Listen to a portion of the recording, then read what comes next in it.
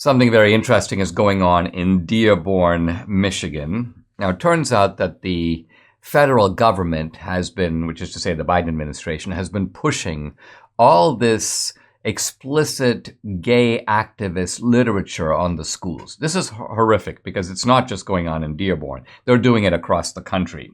They're having young children read books like This Book is Gay. Here's another book. It's called Flamer. Another book, The Lovely Bones, and Push. Apparently, these books go into explicit details of sex acts. They have pornography. They talk about rape. They talk about incest. So it turns out the Muslims are very angry about this. And in Dearborn, Michigan, which, by the way, has a substantial proportion of Muslim Americans, the Muslims have taken the lead. Now, they're joined by some Christian parents, so you've got a very interesting alliance of a conservative alliance of Christians and Muslims showing up at the school board meeting and, by the way, shutting it down, causing a big ruckus. There was apparently a Muslim kind of a leader, and his name is Imam Syed Hassan al-Qazwini of the Islamic Institute of America. And this guy preaches a sermon, and he tells the Muslims in the audience, you go to this meeting. What's going on is bad. Now, you might think this guy is some kind of a right-winger. Not at all. In fact, this was a guy who came out against Trump. In fact, he said that Trump had marginalized Muslims. Trump was a, quote, white supremacist. So this is not a Trump supporter. But nevertheless, he is a conservative, by which I mean socially and culturally conservative.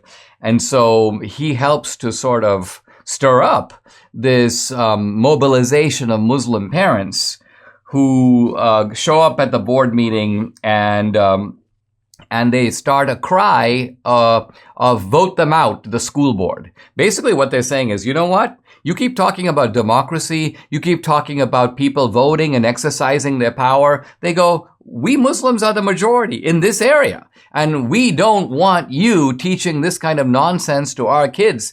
Get out of here. Stop doing it. And if you won't stop doing it, resign. Now, interestingly, the left-wing whites who are on this school board were like, well, perhaps we can find some kind of compromise. I mean, the left does not want to get into a fight with Muslims. And by the way, from our point of view, this is fantastic because we have basically two groups. One is you may call them the radical Muslims. Some of them are radical, some of them probably not so much. And the gay activists are kind of at each other here. And quite honestly, this is a show that you and I can kind of enjoy because the cause for which these Muslim parents are mobilized is actually correct. What they're saying is that we don't want pornography and sexually explicit material to be landing on our kids.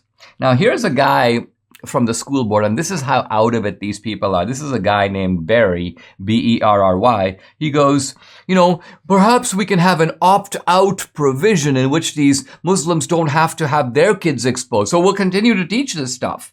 He goes, back when I was in school, it was co-ed swimming. If some parents don't want their sons or daughters swimming together, they could opt out. He goes, so opt-out is a way to give parents control without breaking the laws. So apparently this dummy thinks that it is required by law. It's not required by law. The Biden administration is trying to use federal funding as a leverage, as a kind of way of pushing this kind of, you may call it, this is really disgusting, disgusting in the sense of not age-appropriate material on these children. And so this guy's acting like it's out of his hands because it's a public school, because it gets government funding. They have to do this. The best they can do is allow these Muslim parents to opt out. I think what the Muslim parents have wisened up, and what they're saying is, we don't have to opt out. We're the majority. We can actually elect our own people to the school board. We can make sure that this kind of stuff is kept out of the public schools so our children are not exposed to it. So I like this. Wadia Yazir al-Azaba, he holds up a sign, if democracy matters, we're the majority.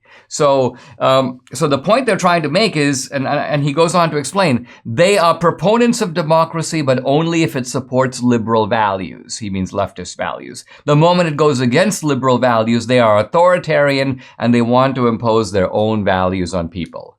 I think what we see here is that there is a limited opportunity for conservatives to ally with conservative Muslims to fight, if you will, the agenda of the left in the schools. This is a novel approach. It's the kind of creativity that we need on our side to defeat the left across the board.